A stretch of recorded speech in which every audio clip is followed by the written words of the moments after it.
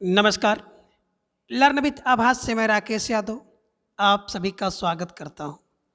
आज हम अर्थालंकार के अंतर्गत एक विशेष अलंकार उत्प्रेक्षा अलंकार के विषय में जानेंगे, क्योंकि उत्प्रेक्षा अलंकार एक ऐसा अलंकार है जो सभी प्रकार की प्रतियोगी परीक्षा में पूछा जाता है और इसके साथ ही साथ यूपी बोर्ड तथा सीबीएसई बोर्ड की परीक्षा में भी यहाँ से एक या दो प्रश्न अवश्य पूछे जाते हैं।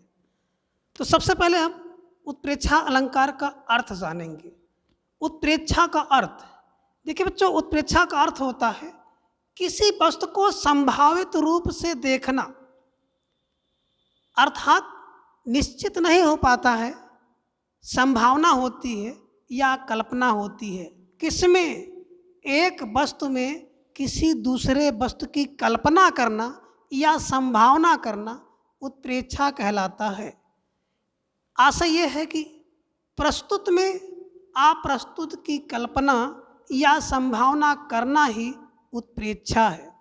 प्रस्तुत मतलब जो आपके पास है और अप्रस्तुत का मतलब होता है जो आपसे दूर है।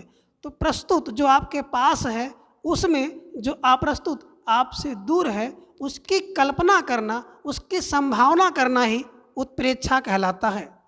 परिभाषा देखें, जब उपमेय को प्रस्तुत कहा जाता है, जब उपमेय या प्रस्तुत में उपमान और उपमान को अप्रस्तुत कहा जाता है, तो जब उपमेय में उपमान या अप्रस्तुत की संभावना की जाती है तो वहाँ पर उत्प्रेक्षा अलंकार होता है।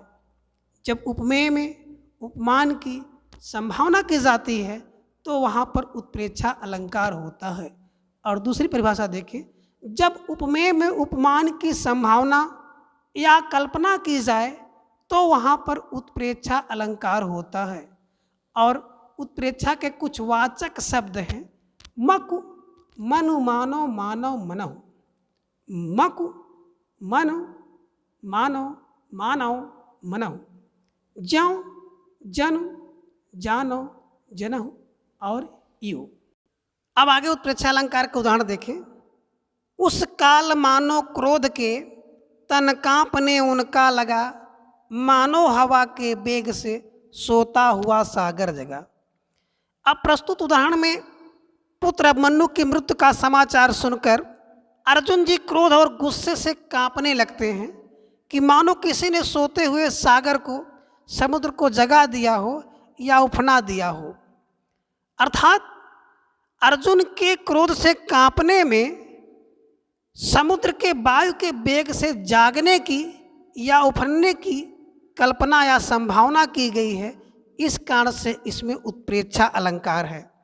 और इसमें उत्प्रेक्षा का वाचक शब्द मानो का भी प्रयोग हुआ है, इस कारण से भी इसमें उत्प्रेक्षा अलंकार है।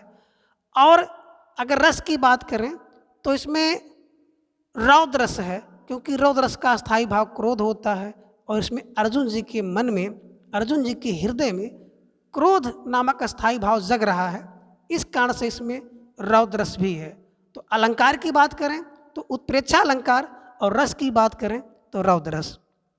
अब देखें स्पष्टीकरण, इसमें प्रस्तुत या उपमेय की बात अगर की जाए तो अर्जुन जी हैं, अप्रस्तुत या उपमान की बात करें तो सागर है, और गुण की बात करें तो जागना गुण है और वाचक शब्द मानो है।